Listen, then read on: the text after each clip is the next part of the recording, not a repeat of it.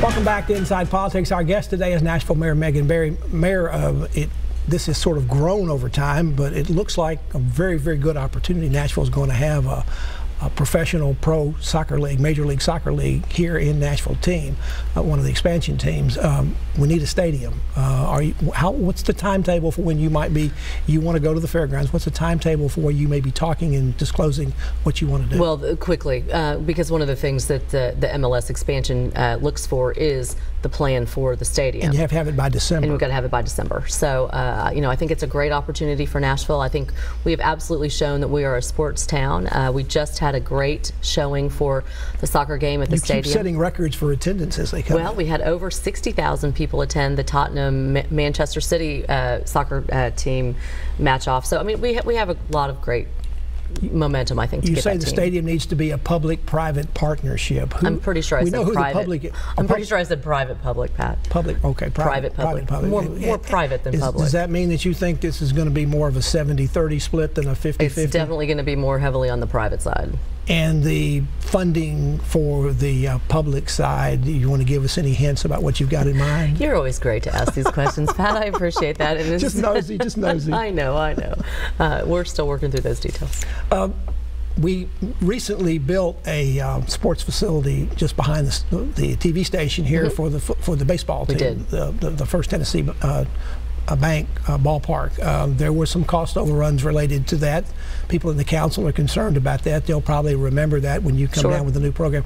Do you have anything you're going to suggest to make sure we don't have those kind of problems before, even though it's not going to be all public money? Well, I think one of the things that the council has asked for, that we are absolutely wanting to be transparent around, is how this is going to get funded, so that they can have eyes on that and be part of this. You know, and while we're talking about the council, Pat, I do want to just say something really quickly. You know, Vice Mayor Briley and the council, they were so amazing last week when Max passed away.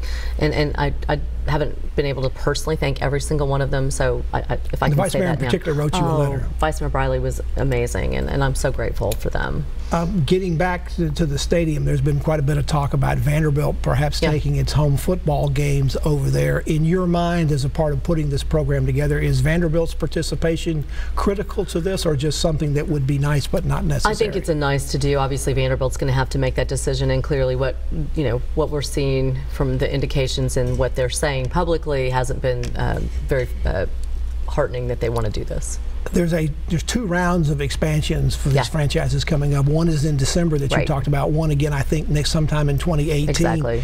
You look like you're aiming pretty strongly at this first round. Do you think that's Nashville's best chance? There are 2 teams that are going to get awarded this year, and I think we really definitely want to be one of those teams. And it looked like the soccer commissioner kind of laid out a Final Four. And he laid out a Final Four the other day, and we were in that Final Four. I think as soon as we can have the final stadium plan, I think that we're in a really great place. And you think you can get that put together and approved by the council between now and is it the end of December, or is it before December? By the end of December, we need to have this fully baked. So you don't need to have it by Thanksgiving, so it's ready by December. Well, it'd be better. It's always better to have things earlier. I know, but it takes time in the council to do these things. Speaking of the council, there's a couple of community-related events that you have that will be going there pretty soon. One of them is, and a couple of them have gotten some controversy. One is the Metro taking over the Northwest Y out in Bordeaux.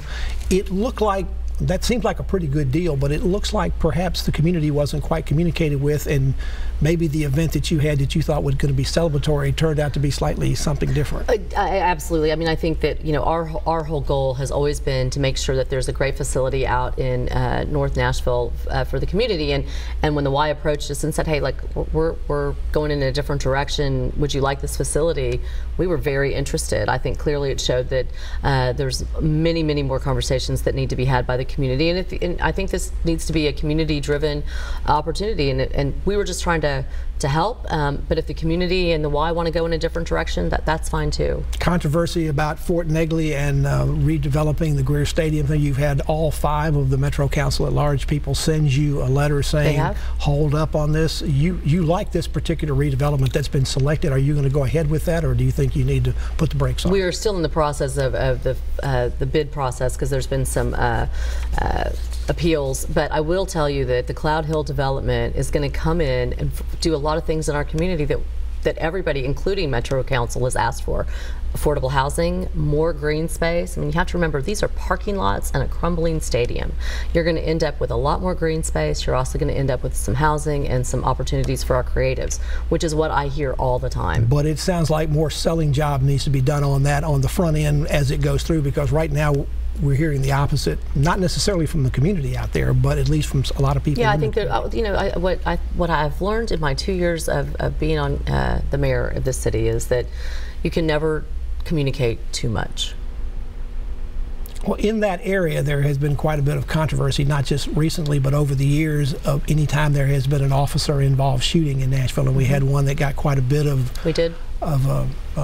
probing and also controversy. This has brought up calls again for a citizens review board from the police department. You and the Chief Anderson, are not in favor of that. Instead, you seem to be thinking more about what's called the policing project that's being put forth by NYU.